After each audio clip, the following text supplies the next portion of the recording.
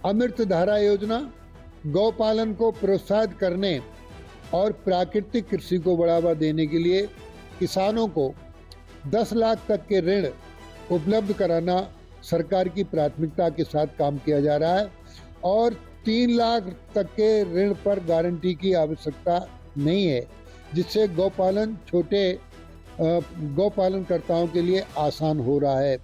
ये योजना गौशालाओं को आर्थिक रूप से स्थिर बनाने और गौवंश संवर्धन कृषि से जोड़ने का प्रयास है। गौशाला को आत्मनिर्भर इकाइयों में बदलने का काम किया गया है। सरकार गायों के गोबर, गौमूत्र और पंचगव्य उत्पादों के औद्योगिक उपयोग से विपणन और प्रोत्साहित कर रही है। इसमें गौशालाएं व्यावसायिक गतिविधियों जैसे जैविक खाद, कंपोस्ट खाद, बायोगैस, सीबीजी, पीबीजी आदि बनाने का भी कार्य गौशालाओं में किया जा रहा है। स्थानीय रोजगार का सृजन भी हो रहा है।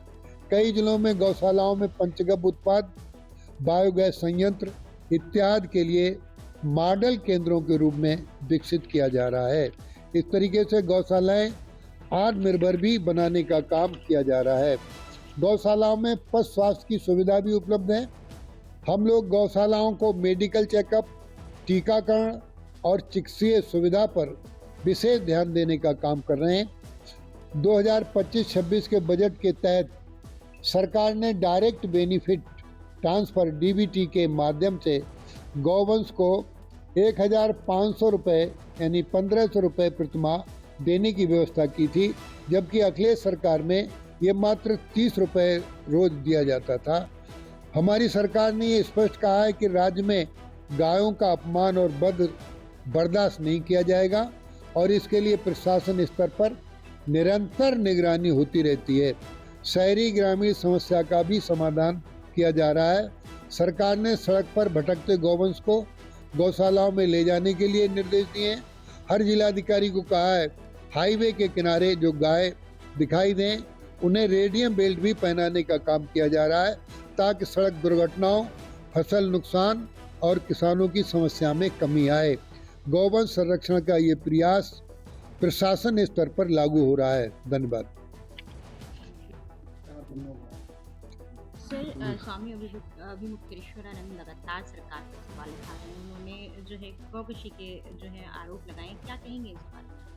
देखिए, उत्तर प्रदेश में गौवंश संरक्षण मुख्यमंत्री योगी आदित्यनाथ जी की सर्वोच्च प्राथमिकता है। इस दिशा में 2017 से काम शुरू कर दिया गया था। श्री अभिमुक्तेश्वरानंद जी झूठ बोल रहे हैं, उन्हें तथ्यों की जानकारी नहीं है। वह कतिपय गोक्षों के दबाव में उत्तर प्रदेश में भ्रम और अराजकता फैलाना चाहते हैं। प्रदेश में योगी सरकार बनते ही पहला काम अवैध बूचड़खानों को बंद किया जाना था। ये योगी सरकार का पहला निर्णय था। गौकशी का कार्य अभिमुक्तेश्वरानंद जी के आका किया करते थे।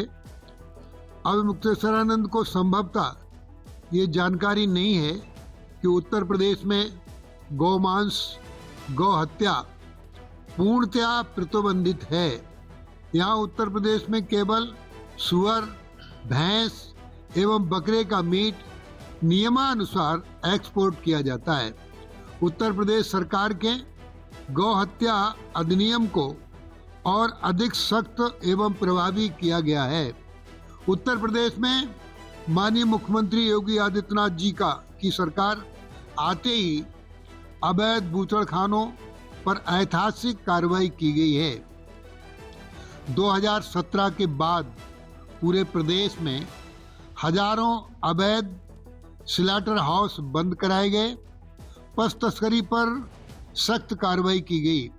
गौकशी के मामलों में राष्ट्रीय सुरक्षा अधिनियम NSA तक लगाया गया है। तमाम अपराधी जेल में पड़े सड़ रहे हैं, जिनका कोई पुख्ता हाल नहीं है। हमारा संदेश साफ है, आस्था से खिलवाड़ नहीं चलेगा। अभिमुक्तेश्वरानंद जी मामले पर सरकार का रुख सख्त है। सरकार किसी को शंकराचार्य घोषित नहीं करती है। शंकराचार्य पद सरकारी नियुक्ति नहीं है, ये कोई संवैधानिक पद नहीं है। हमारी सरकार का स्पष्ट रुख है कि ये मठों और परंपराओं का विषय है। धार्मिक पद को राजनीति का औजार नहीं बनने दिया जाएगा। हमारा स्पष्ट मत है कि कोई भी व्यक्ति अगर धार्मिक पद की आड़ में भ्रम फैलाता है तो उसे सरकारी मान्यता नहीं मिल सकती। प्रशासन केवल कानून व्यवस्था और शांति व्यवस्था देखता है। सरकार किसी विवादित धार्मिक दावे का समर्थन किसी भी तरीके से नहीं करती है। अविमुक्तेश्वरानंद को सरकार ने शंकराचार्य नहीं माना है और ना ही किसी आधिकारिक मंच से मान्यता दी है। हमारी सरकार का सिद्धांत है विवाद से दूरी, व्यवस्था पर पूरा फोकस। हम फिर से स्पष्ट कर दे रहे हैं, गोकथी पर योगी सरकार की नीति जीरो टॉलरेंस की है। उत्तर प्रदेश में कानूनी तौर पर सुअर और गोट का मीट का कारोबार है।